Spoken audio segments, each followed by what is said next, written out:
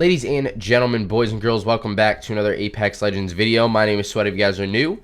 And in today's video, guys, we're obviously going to be talking about Seer and how this man needs a nerf. He is a little bit overpowered at the moment, but anybody could see that. Even if you played the game for about 5 minutes and played as Seer, you can tell that this character is overpowered a little bit.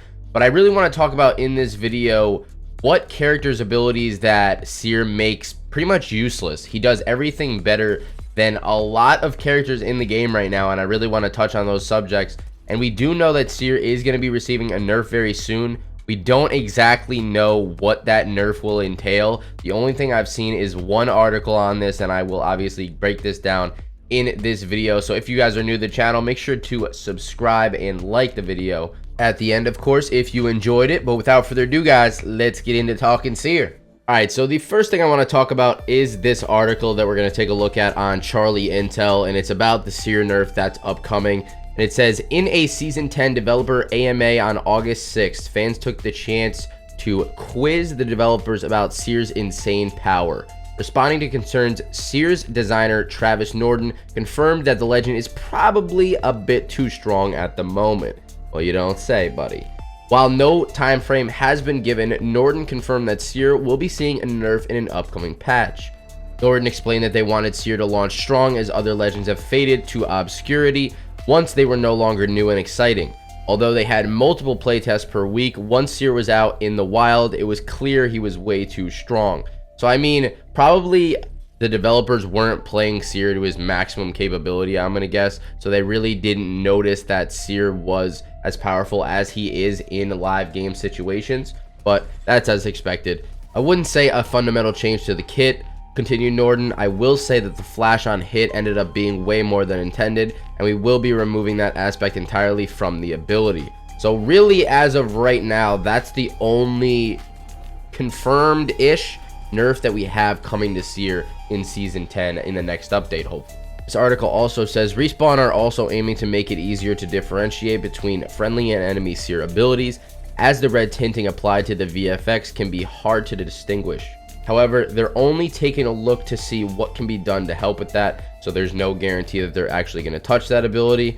And also, one fan was concerned that they would have to wait until the mid-season update to see the balance change, and Norton said nope, it'll definitely be sooner than that, so that's a good thing. But now I want to get into what abilities other characters have that Seer basically makes useless. And if you're not already informed on Seer can actually cancel almost every Legend's abilities once he uses his tactical at the right time. Let's say you're grappling as Pathfinder. If you are starting a grapple as Pathfinder and Seer hits you with this tactical, that will instantly get canceled and you'll go nowhere. Same thing with Wraith as well. It's like the same thing. If you're about to queue, if you're about to go into your phase mode and you don't quite get there in time, Seer can actually cancel that if he does it at the exact time. Not to mention that Seer has his heartbeat sensor, which can always be activated by either aiming down sights or just looking at your hands aiming down sights, if that makes any sense. Pressing the LB button but not actually letting go of it will allow you to just see where enemies are, like seen on screen right now.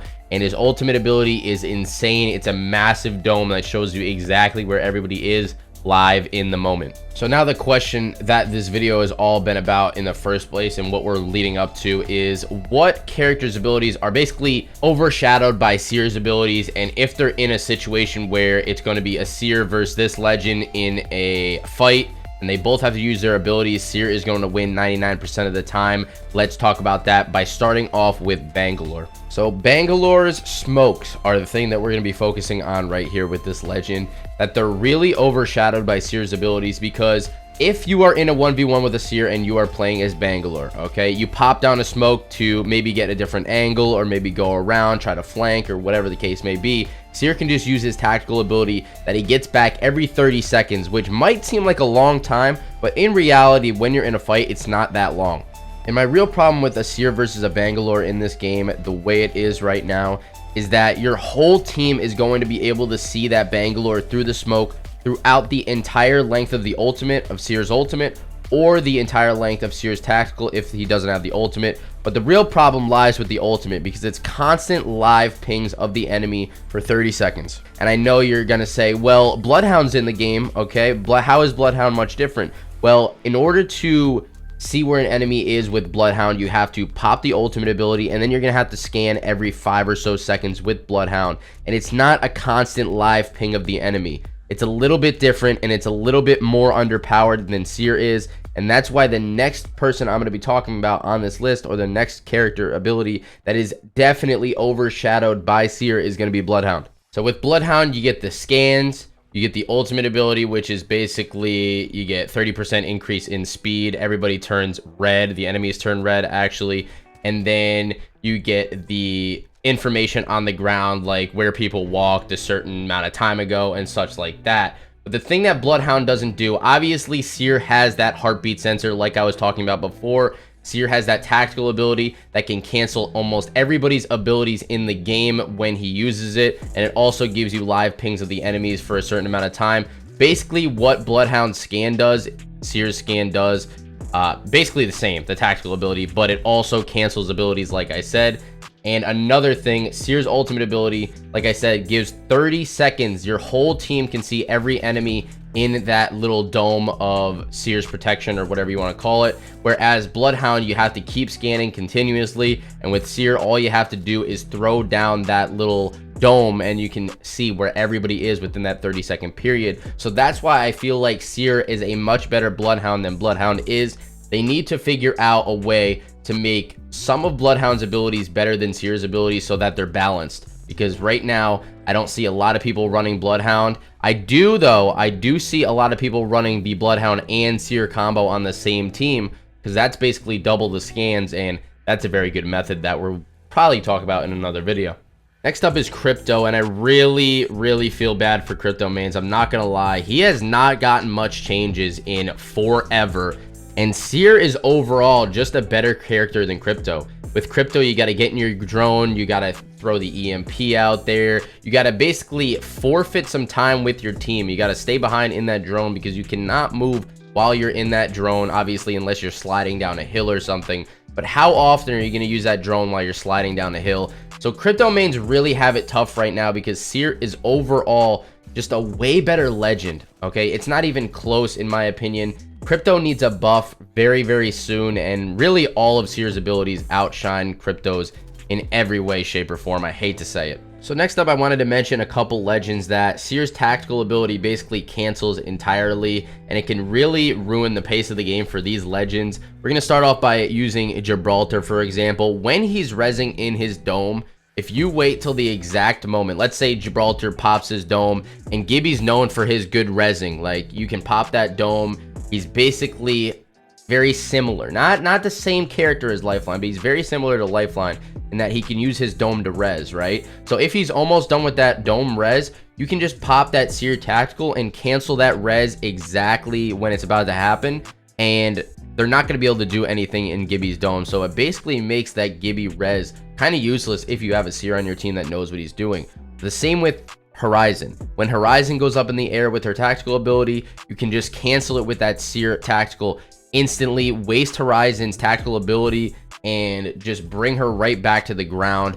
And Lifeline's the same way. When Lifeline goes for a res, you can pop that Seer tactical. It will cancel the res instantly, and that's not really that big of a deal. All three of these things that I just mentioned, Gibraltar, Horizon, and Revenant, it doesn't cancel the character completely, but it's just a little counter. So I feel like those are all right. Those don't need nerfs, but I don't know, it's up for debate. All right, guys, the last couple of things I'm going to talk about in this video are Revenant and Mirage.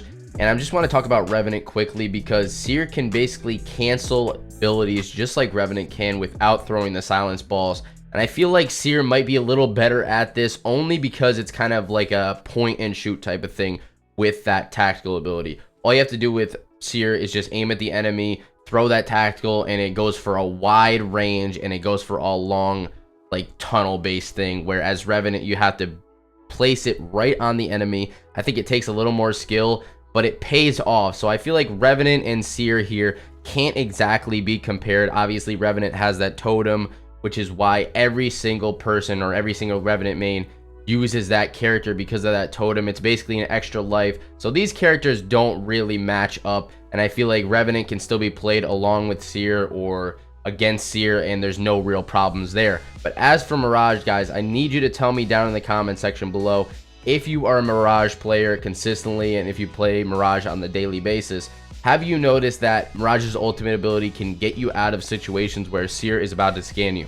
And I also want to know from you guys, if Seer throws his dome of surveillance or whatever you want to call it, can he tell the difference right away between the decoys in your Mirage ultimate or the real person? Because that would be kind of a nice counter to Seer, honestly, and that would make Mirage, I don't know, one of the better legends in this season if he can counter Seer like that. Until Seer gets some nerfs, obviously, but as of right now, there's not a lot of characters that can counter Seer, so that would be nice to see. But anyways, guys, I hope you enjoy the rest of your day. It's been Sweat, and peace out.